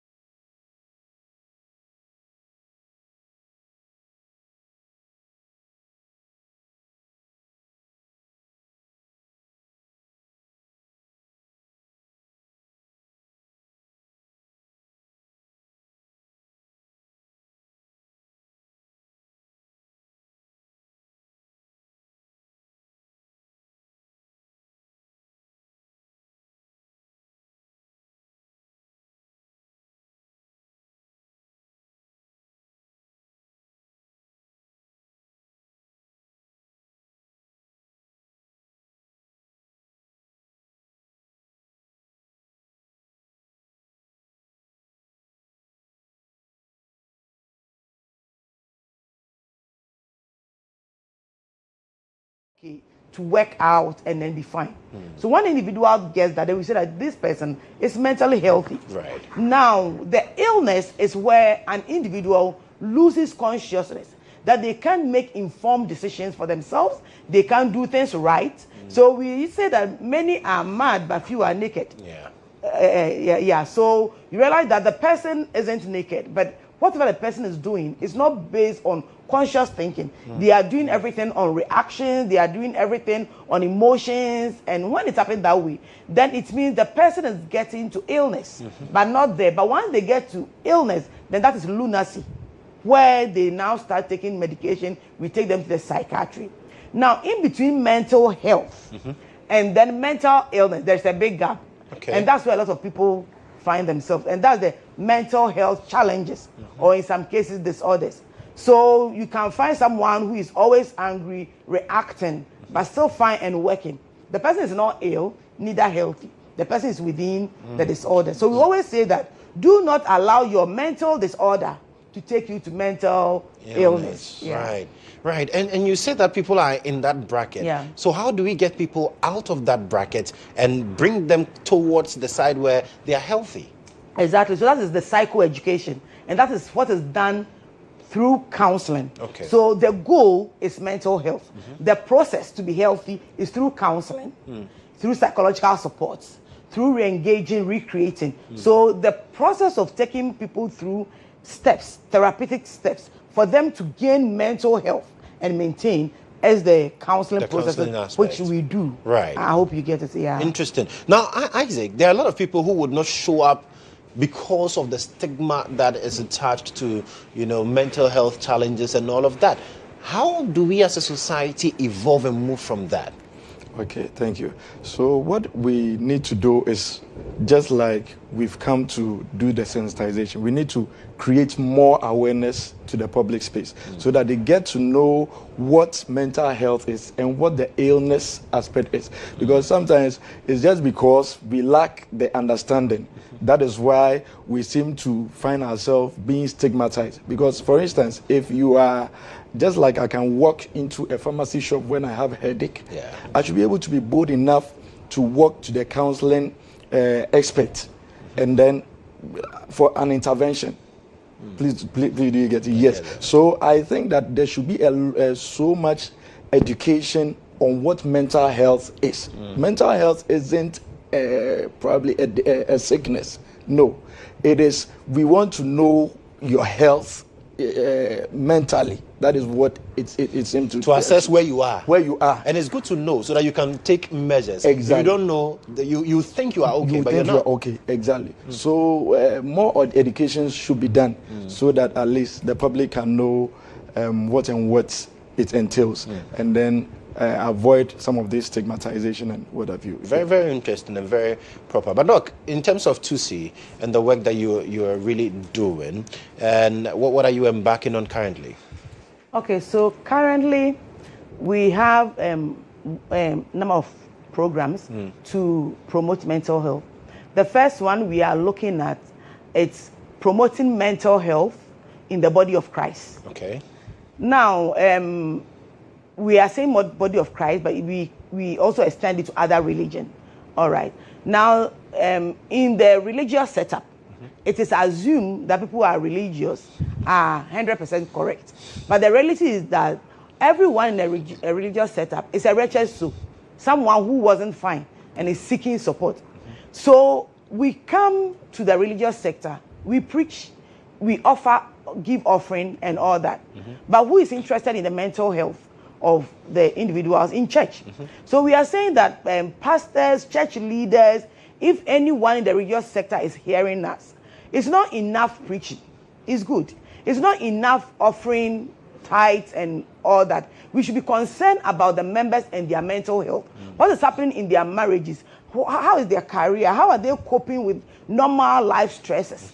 So we are training all church leaders, church members, Sunday school teachers, any individual that is supporting in the church space. We need to get it, because in the multitude of counselors, the church will flourish. So at times you realize that some pastors would want to counsel. They do not have the ethics. They do not have the professional guide, and then they end up causing more harm. So you go and you tell them your issue before you realize it's out there. All these are unethical ways of doing things, and at times they call it counseling, but you see, it's not counseling. Most of them are consultation. It's not right. People do marriage counseling in there, and it's marriage vetting. It's not counseling. They want to do things right, but the skills is not there.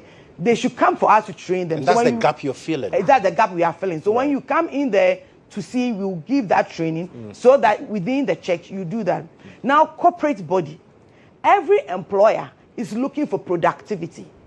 What is your concern about your employee?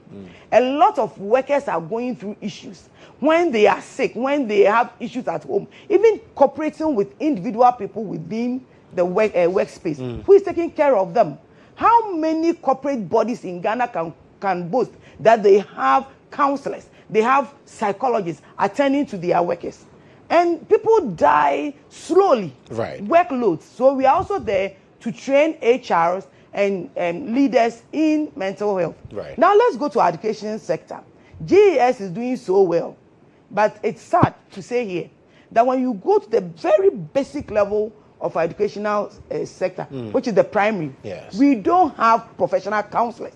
We have district counselors in the various districts, but how many of them can go to all these local schools to attend? We want to appeal to the government, appeal to GES leaders, stakeholders, that we need to come together. They cooperate with us to train individuals to respond to children at It's school. very important. So at every level of life, like you said, from womb to tomb, we need to make sure that we have professional licensed counselors doing the job. So how do we get in touch with To See if people want to collaborate with To See to embark on these things? Isaac, quickly. Okay, so we have social media handles, and then we have first of all, we have the To See website. Okay. Yeah, that you can log on to see Institute of Counseling and Technology, or To See Counseling and Wellness Consult, and then you can have more of our information there. Right. We also have social media handles.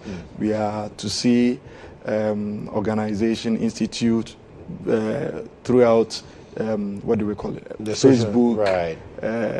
So all you need to do is just type TUCEE, and then all the information pops up. And we have our hotlines too. I don't know if you would want me No, to. please, if you can. Okay. Before we go, because we need to run. So we have the number hotlines. One of it is 0554 111444. 111444. It's simple. Yes. Then you can also call 0244 996 991. 0244 996 991. Simple like that. Doc, thank you so much for coming. I thank you. And I'm sure that we should make this a regular feature and talk more about mental health, because like you said, a lot of people are awful, but they are still wearing suits. They're walking around.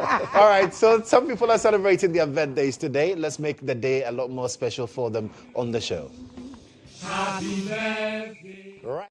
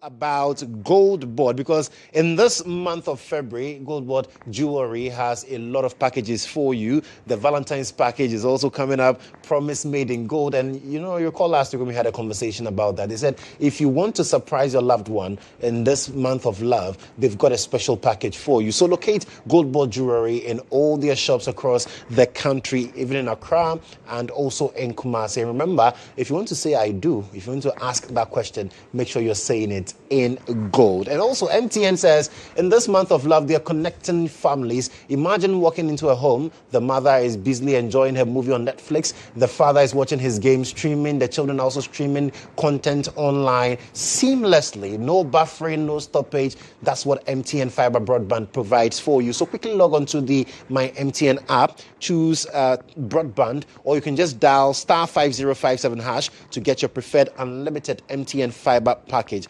Remember, terms and conditions apply. MTN, everywhere you go. Thank you so much for making time to be with us from 6:30 a.m. We're back same time tomorrow, God willing. Do have a wonderful morning.